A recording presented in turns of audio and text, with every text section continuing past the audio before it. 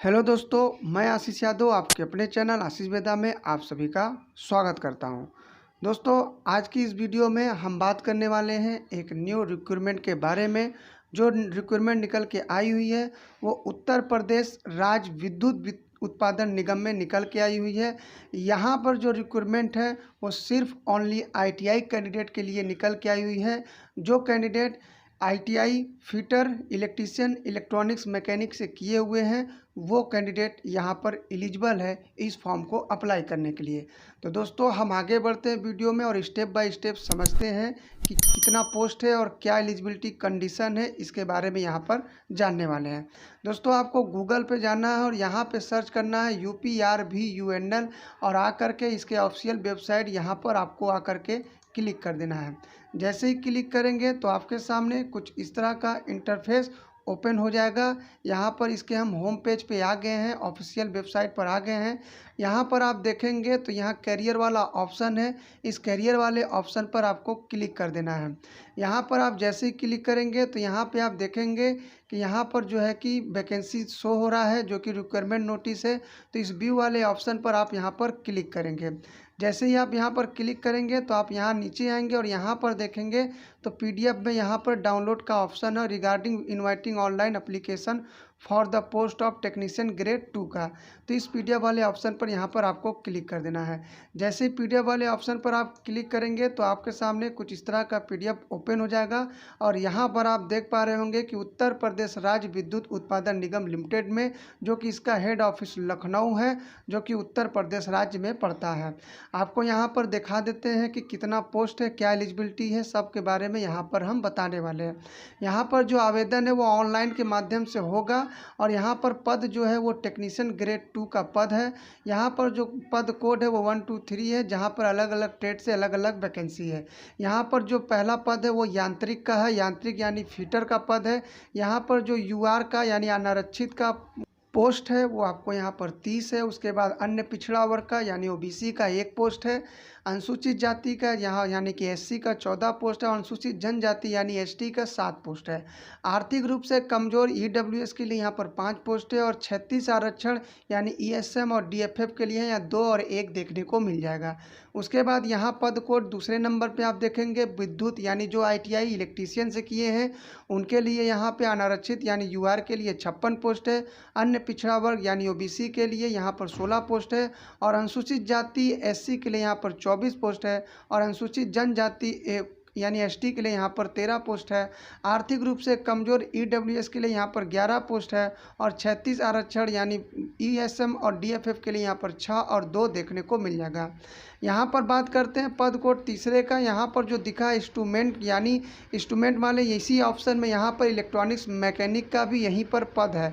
तो यहाँ पे UR के लिए आपको यहाँ देखने को नहीं मिलेगा, बल्कि अन्य पिछड़ा वर्ग यानी नॉन क्रिमिनल के लिए यहाँ पे आपको देखने को, OBC के लिए यहाँ पे 5 पद दिखने को मिल जाएगा। अनुसूचित जाति यानी SC के लिए 5 पद देखने को मिल जाएगा और यहाँ पर आपको अनुसूचित जनजाति ST के लिए यहाँ पर 1 पद देखने को मिल जाएगा। अब यहाँ पर आप देखेंगे आर्थिक रूप से कमज़ोर, तो यहाँ पर भी 1 पद और 36 आरक्षण यहाँ पर आपको 0 और 0 पद देखने को मिल जाएगा। उसके बाद दोस्तों यहाँ पर बात करते हैं, हम नीचे आते हैं और क्या क्या एलिजिबिलिटी कंडीशन है उसको देखते हैं। यहाँ पर जो है कि उपयुक्त रिक्तियों की संख्या आवश्यकता अनुसार घटाने एवं बढ़ाने का अधिकार उत्तर प्रदेश राज्य विद्युत उत्पादन निगम लिमिटेड के पास सुरक्षित है। उक्त पदों पर आरक्षण उत्तर प्रदेश राज्य का मूल निवासियों को ही अनुमन्य है। अन्य प्रदेशों के अभ्यर्थियों के अनारक्षित वर्ग के अंतर्गत आवेदन कर सकते हैं, यानी अदर राज्य के कैंडिडेट भी आवेदन कर सकते हैं, पर उनको यहाँ पर जनरल में फाइट करना पड़ेगा। उपयुक्त पदों पर चयन होने की अवस्था में निगम की तापी परियोजनाओं में निगम के आवश्यकता अनुसार पाली में कार्य करना पड़ेगा, यानी शिफ्ट वाइज ड्यूटी करना पड़ेगा। पद पेंशनेबल होकर मात्र अंशदायी भविष्य निधि योजना के अंतर्गत आवृत है, यानी यहाँ पर आपको पेंशन नहीं मिलेगा बल्कि एक भविष्य निधि योजना के अंतर्गत आपको मिलने वाला है। यहाँ पर वेतन की बात करेंगे तो वेतन मैट्रिक लेबर 4 नंबर का है, जो कि 28,000 रुपया आपको वेतन यहाँ पर मिलने वाला है। उसके बाद अनिवार्य शैक्षिक अर्हताएँ जो जो है उसके विषय में यहाँ पर हम आपको बताते हैं। यहाँ पर टेक्नीशियन ग्रेड 2 के लिए यानी फिटर ट्रेड के लिए यहाँ पर जो पद है वो माध्यमिक शिक्षा परिषद उत्तर प्रदेश की हाई स्कूल विज्ञान एवं गणित विषय के साथ समकक्ष परीक्षा उत्तीर्ण तथा फिटर ट्रेड में अखिल भारतीय राज्य व्यावसायिक प्रमाण पत्र यानी एनसीवीटी और एससीवीटी दोनों में से आपके पास फिटर ट्रेड में होना चाहिए। और साथ ही आपके पास ट्रिपल सी यानी course on computer concept triple C का आपके पास यहाँ पर प्रमाण पत्र होना चाहिए, जो कि नाइलेट द्वारा होता है। उसके बाद यहाँ पर आप देखेंगे टेक्नीशियन ग्रेड 2 यानी विद्युत यानी इलेक्ट्रीशियन के लिए यहाँ पर भी आपके पास 10th का मार्कशीट होना चाहिए। उसके साथ फिर आपके पास जो ट्रेड है आपका इलेक्ट्रीशियन उसमें आपका ITI होना चाहिए और साथ में आपको यहाँ पर ट्रिपल सी का प्रमाण पत्र होना चाहिए, जो कि नाइलेट डोएक द्वारा प्रमाण होना चाहिए। अब उसके बाद नीचे आएंगे और यहाँ पर आप देखेंगे टेक्नीशियन ग्रेड 2 का यहाँ पे इंस्ट्रूमेंट पद होते हैं हेतु माध्यमिक शिक्षा परिषद उत्तर प्रदेश हाई स्कूल विज्ञान एवं गणित विषय के साथ आपके पास 10th का मार्कशीट होना चाहिए और समकक्ष परीक्षा उत्तीर्ण तथा इंस्ट्रूमेंट में देखिए यहाँ पर हम बोले थे कि आपको इलेक्ट्रॉनिक्स का पद है, तो यहाँ पर आपको इलेक्ट्रॉनिक्स का पद यहाँ पर आपको देखने को मिल जा रहा है। तो यहाँ पर आपके पास इलेक्ट्रॉनिक्स से ITI का प्रमाण पत्र होना चाहिए और साथ में आपके पास नाइलेट द्वारा ट्रिपल सी का प्रमाण पत्र यहाँ पर होना चाहिए। उसके बाद नीचे आते हैं और यहाँ पर आपको देखने को मिल जाएगा कि यहाँ पर दूरस्थ शिक्षा माध्यम से कोई भी यानी डिस्टेंस एजुकेशन से आप ITI करते हो या 10th पास करते हो या 12th पास करते हो तो वो यहाँ पर मान्य नहीं होने वाला है। यहाँ पर जो ऑनलाइन आवेदन करने वाले आवेदकों को हाई स्कूल परीक्षा उत्तीर्ण होने के साथ साथ हाई स्कूल परीक्षा में गणित एवं विज्ञान विषयों में पृथक पृथक उत्तीर्ण होना अनिवार्य है। यदि आप हाई स्कूल के पास हुए हो हाई स्कूल में तो उसमें आपका प्रत्येक विषय में पास होना अनिवार्य है, जिसमें प्रत्येक विषय का पृथक करके उसका नंबर यहाँ पे देखने को होगा। ऑनलाइन आवेदन के समय ITI परीक्षा उत्तीर्ण होना अनिवार्य है तथा अभ्यर्थी के पास SCVT NCVT से निर्गत अंतरिम राष्ट्रीय व्यवसाय प्रमाण पत्र तकनीकी प्रमाण पत्र होना अनिवार्य है। आप NCVT से हो या SCVT से हो आप इस फॉर्म को अप्लाई कर सकते हैं। और ऑनलाइन आवेदन के समय अभ्यर्थी के पास डोएक वर्तमान में नाइलेट द्वारा प्रदत्त 80 घंटे का course on computer concept triple C का प्रमाण पत्र होना अनिवार्य है। आयु की बात करेंगे तो यहाँ आयु की गणना दिनांक 1/7/2022 को न्यूनतम 18 वर्ष से एवं अधिकतम 40 वर्ष तक रखा गया है और जो अप्रेंटिसशिप के अंतर्गत वरीयता संबंधित जिन पदों के लिए लागू होगा तो यहाँ पे जो एज है वो आपका 18 से 40 वर्ष तक के लिए रखा गया है। और जो सरकार द्वारा एज रिलैक्सेशन में जो छूट मिलता है वो भी आपको यहाँ पर मिलेगा। भर्ती परीक्षा में समान अंक प्राप्त करने वाले अभ्यर्थियों में प्रशिक्षु अधिनियम के अंतर्गत प्रशिक्षण सफलतापूर्वक पूर्ण करने वाले अभ्यर्थियों को अन्य अभ्यर्थियों के सापेक्ष वरीयता दी जाएगी। यदि आप अप्रेंटिसशिप किए हो 1961 के तहत तो यहाँ पर आपको वरीयता देखने को मिल जाएगा। यहाँ पे आपको वरीयता कैसे मिलेगा, यदि आपका अंक और किसी दूसरे कैंडिडेट का अंक समान होगा तो सबसे पहले अप्रेंटिस प्रशिक्षण जो किया है उसको वरीयता यहाँ पर देखने को मिल जाएगा। उसके बाद नीचे आते हैं और नीचे आने में देखते हैं कि आयु में अनुबंध छूट जो है वो आपको यहाँ पे SC ST OBC DFF ESM ऐसे करके यहाँ पे SC ST के लिए 5 वर्ष का और OBC के लिए 3 वर्ष को यहाँ पर देखने को मिल जाएगा। और यहाँ पर नीचे आएंगे तो देख सकते हैं कि नीचे में आरक्षण है वो दिया हुआ है। आवेदन शुल्क की बात करें तो यहाँ पे आवेदन शुल्क जो है वो थोड़ा कॉस्टली हमको समझ में आ रहा है। यहाँ पे आप आवेदन शुल्क देख सकते हैं कि टेक्नीशियन ग्रेड 2 का यहाँ पर जो आवेदन शुल्क है वो अनुसूचित जाति व अनुसूचित जनजाति जो कि उत्तर प्रदेश के मूल निवासी है उनको GST सहित 826 रुपये यहाँ देना होगा। और अन्य श्रेणी के यानी जनरल OBC और अन्य श्रेणी के लोगों को यहाँ पर 1180 रुपये GST सहित देना होगा। उसके बाद यहाँ पर जो आवेदन शुल्क वो है आपका जो आप आवेदन कैसे पे कर पाएंगे मतलब फ़ीस पेमेंट कैसे कर पाएंगे तो यहाँ पर आपका net banking debit card credit card के द्वारा payment gateway of SBI MOPS के माध्यम से यहाँ किया जाएगा। इसके अतिरिक्त अन्य किसी माध्यम से आवेदन शुल्क जमा नहीं होगा। जमा करने की विधि वेबसाइट www.uprvunl.org पर उपलब्ध है। बैंक चार्जेज अभ्यर्थियों द्वारा अलग से दे होंगे। आवेदन शुल्क के मद में जमा की गई धनराशि किसी भी दशा में ना तो वापस की जाएगी और न ही स्थानांतरित अथवा किसी अग्रिम चयन हेतु सुरक्षित की जाएगी।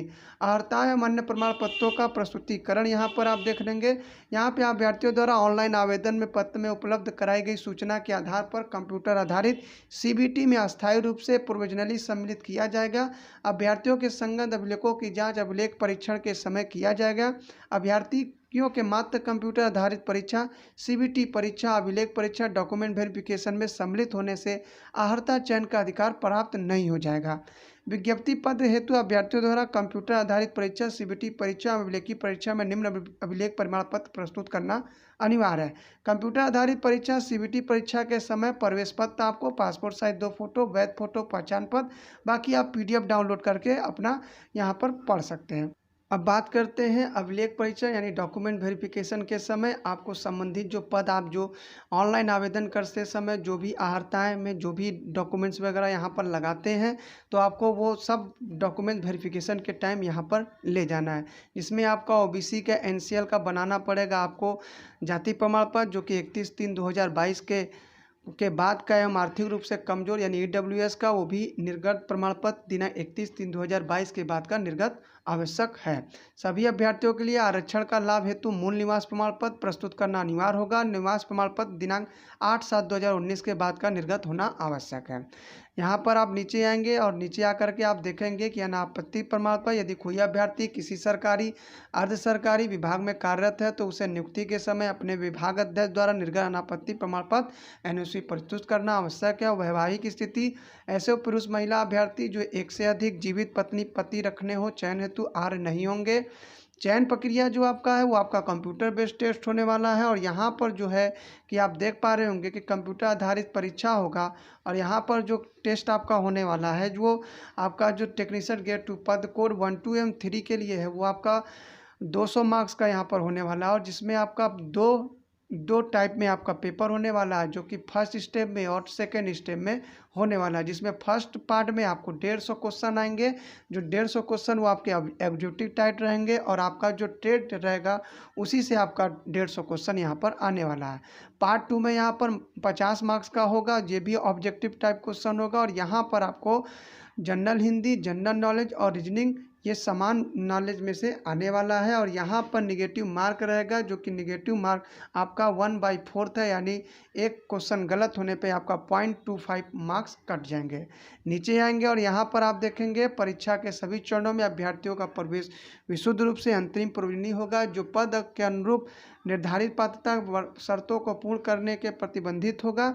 उसका जो है कि यहाँ पर दिया हुआ है कि कंप्यूटर आधारित परीक्षा सीबीटी में अर्ह अभ्यर्थियों को अभिलेख परीक्षण डॉक्यूमेंट वेरिफिकेशन में सम्मिलित होना अनिवार्य है।